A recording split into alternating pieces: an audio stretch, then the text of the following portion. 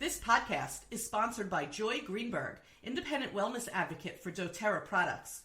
Allison, how often would you say that we are coughed and sneezed on in classrooms? Oh gosh, a lot. Happened to me just the other day. Right in my face. Oh gosh, you needed On Guard. I really did. Tell them why. On Guard can be used year-round. However, during fall and winter, use it more often because it supports our immune systems. As luck would have it, I actually do use it every day. Oh, that's good for you. Yeah. You must and have look, a healthy... I'm sounding healthy, even though the child sneezed on me. Okay, just saying. Listeners of this podcast who sign up for a no-obligation wholesale account through Joy will receive a free beginner's kit of lemon, lavender, and peppermint, along with a list of 101 uses. But remember, you have to sign up through Joy because she's our sponsor. Tell them how to do it, Allison. Go to howpreschoolteachersdoit.com and click on sponsor offers and follow the instructions. Right. And now we're going to get to our episode. Welcome to How Preschool Teachers Do It. This is Allison Kentos. I am an early childhood educator. And this is Cindy Tarabush. I am an early childhood consultant. This podcast is for parents and early childhood professionals.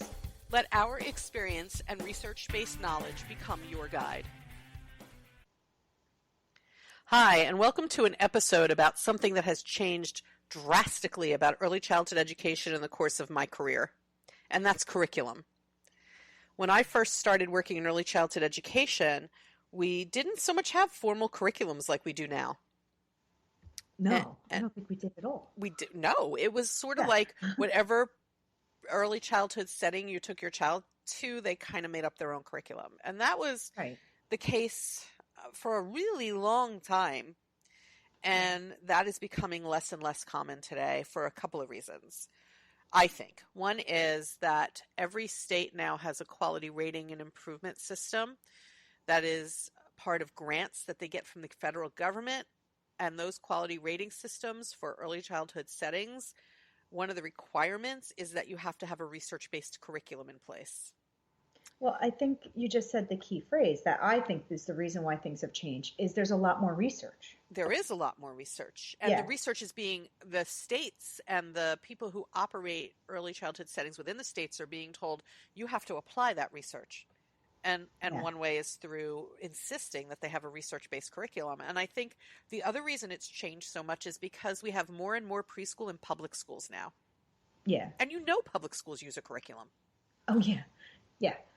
So it isn't so easy now to just sort of sell, hey, welcome aboard. We're going to use Cindy's curriculum. That isn't as easy to sell. A lot of preschool directors are telling me now that in the last 3 years or so are the first time parents started to come and say things like, what is your curriculum? Right. Because I think parents are getting all that research too. It's not just us as teachers that know the research. The parents know it too. Right. So that they know what to look for and what a curriculum is. It's not just like you go to the one street down in the corner and it's this curriculum and the one school that's right next door is doing something totally different. They realize that's not what the research is telling them to do. Right. You know? Hopefully. I mean, I think you're still going to get, whenever you're talking about private settings, you're still going to get a variety. There are preschools who participate in quality rating and improvement systems in their states. There are some states, like the state that we live in, where it's still a voluntary system. Yeah. And preschools don't have to be part of it. I also think there's some privately run preschools that have their own curriculum, and that curriculum is so totally fine and awesome too. Like there are some schools that are just doing really great curriculum. Yeah. That is research based, but it's not any of these like ones that you purchase. Yeah. Though the ones that you purchase do have merit. I don't want to I don't want to say imply that they don't. They do have merit, and I think that teachers find them very helpful. Not every preschool is going to, or early childhood setting is going to have one of those. As long as what they're doing is based on what we know help children succeed in the future, that's based on research that is about how children learn, then you should be okay. And we wanted to make sure that people know what questions to ask about curriculum. If you are a family member going to tourist school, what should you ask? And likewise, if you work in a setting and you're thinking, we really need to make sure our curriculum is up to snuff, or we're looking at some of the formal curriculums that you can purchase, what should you be looking for? So Allison and I are going to point out some of the things that you should be looking for. And as we've said already during the first several minutes of this podcast, please make sure that what people are doing is based on actual research about what works for young children and how they learn. Yeah. And I think that when adults think about curriculum, because of our last experience in school, we often relate that to things like workbooks and worksheets, but an early childhood curriculum should be the exact opposite. Opposite of that. Yeah. And you could even ask that at a preschool, do you have worksheets? Because they do, run for your life. Yes, because I know there are preschools out there that are still using worksheets. Yes. And that is a very valid question for you to ask as a parent. Do you have worksheets? Or if sometimes you can see the worksheets hanging up as you walk through the school, you need to leave. Like that is not research based. That is not that. Yeah. All the research shows that those don't teach early learners much except for memorization, and we need these children to be more deeply learning about topics. Right. So it's true what Allison is saying. If you see lots of worksheets, this is not a developmentally appropriate setting for a preschooler or an early learner. If you look up developmentally appropriate practice and what makes a developmentally appropriate setting, one of the things is it doesn't have photocopies, dittos, worksheets, whatever you want to call them. Yeah. And dittos dates me, but a lot of people relate to that. So you would not see that. What you would see, though, is children digging into topics, trying to find answers to their own questions, being problem solvers. Investigators. Children are natural investigators, and early childhood settings should bounce off of that natural ability to help them to learn about the world more deeply. Yeah. So they should be doing experiments, explorations, investigations. They should be in some way documenting their findings, which sounds sophisticated in the language I'm using, but they do. They document their findings with charts and graphs and stuff like that. And taking dictation. Teachers should be taking dictation so that they see the written word as the spoken word. The schedule should allow for free play and creativity, which I know freaks some people out, unfortunately. Please ask that question. Is there time for free play? Because I find like free play is so important, and it's going away in a lot of programs to make room for all this other stuff. And free play is where children learn. It really is. It's where they learn. Think about where we learned as kids. Yeah. We learned during free play, only we were out in the streets. Right. Like on our bikes endlessly. On our bikes and in the playground. And without adult supervision. And you learned a lot out there. Yeah. And the children need time to do the same. They also need time to explore their environment freely and through their own interests and creativity. This is just their stage of development that they need to be able to do that. Yeah. Early childhood settings should not look like 10th grade. No. It shouldn't be kids sitting at desks endlessly writing on worksheets. It shouldn't be 10th grade. It shouldn't be the last experience we had, whether it was high school or college. Right. Early childhood is different, and sometimes I think we forget. Free play is very important. There are times where I'll be teaching about the importance of having one solid, uninterrupted hour of free play in the course of the day. That is in all the measures of good practice that we now use in early childhood. And people will be like, all that free play, an hour, that's too much. That's a lot. That's way too much time. Folks, they're in these settings for like, I don't know what, how many hours?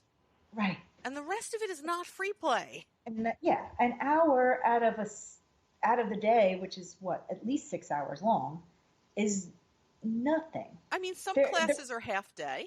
Some are half day, yeah. So even if it's an hour of your 4-hour program, even an hour out of your 2.5 hours, it's so valuable because the teacher's job is to go in there and infuse vocabulary, math, other cognitive skills while the children are playing and interested in what they're doing. It's not a free-for-all. That's not what free play is. Free play isn't a free-for-all.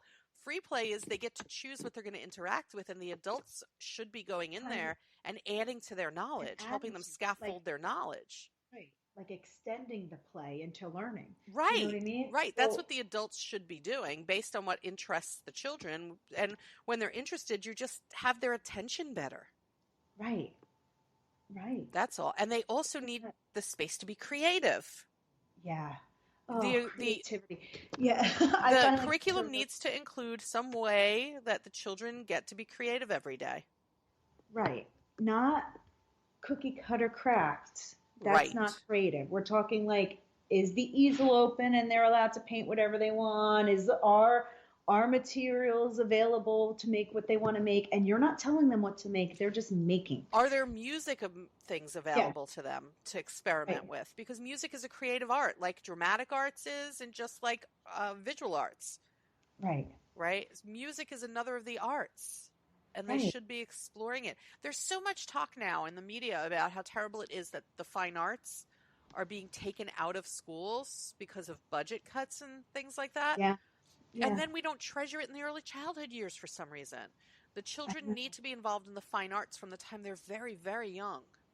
Well, I feel like they're natural artists. They are natural investigators. They're natural artists. Natural scientists. They're natural artists. And nothing they can do creatively is wrong. You know what I mean?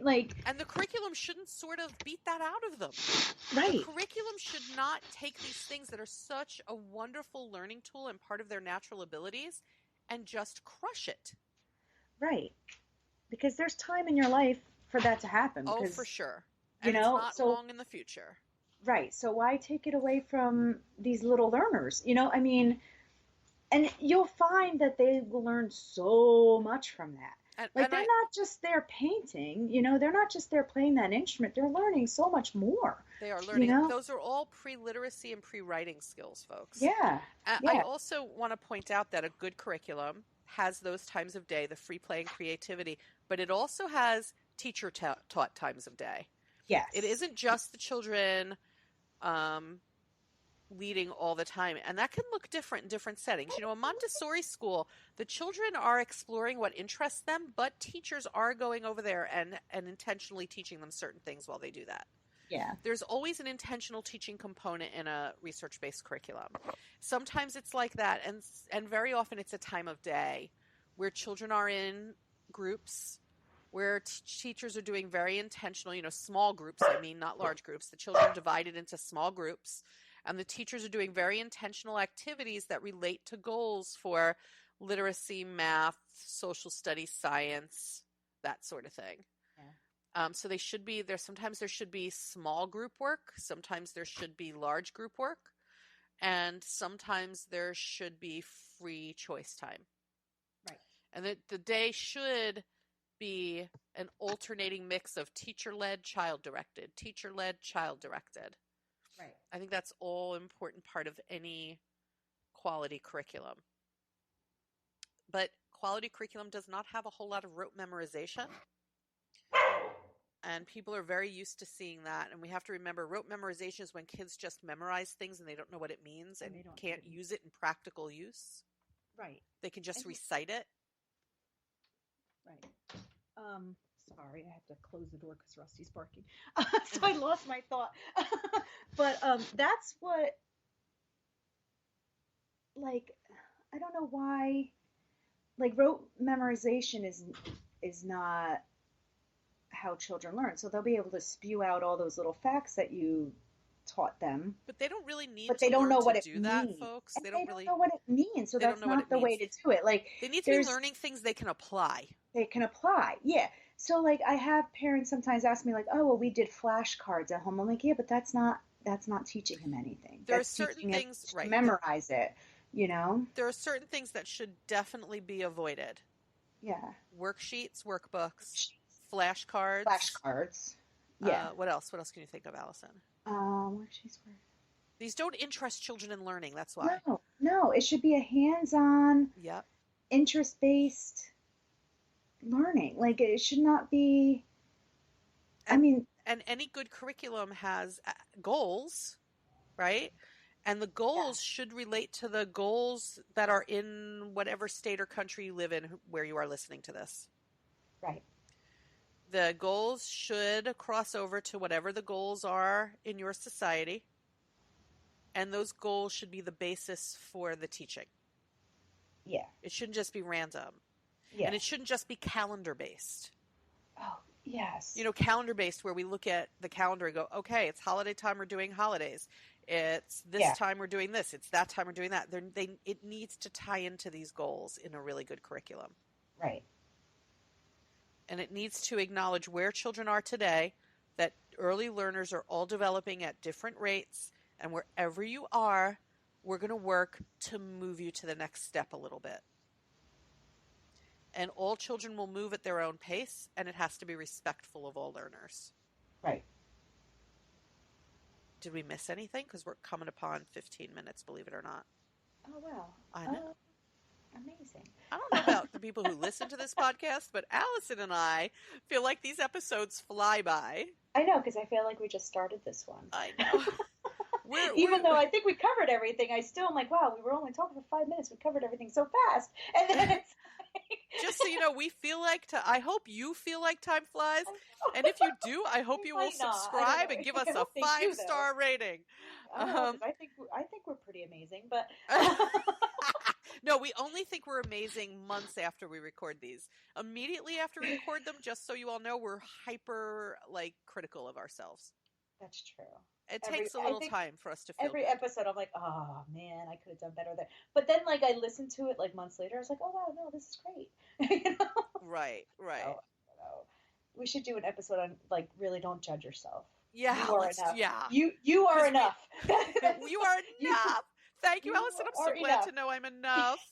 And if anybody else wants to affirm that we're enough, please subscribe and rate us and comment on iTunes or wherever you are so that other people can find the podcast too. Share it on social media, whatever you need to do to spread the good word. And we hope to catch you again on the next episode. We're not going to give out our contact information every episode we once said in the past. Because we want you to keep listening for it. Yeah, they right? should listen for it. Keep listening for it. And we're so glad that you joined us. We're so grateful for you. And we will catch you again in the future.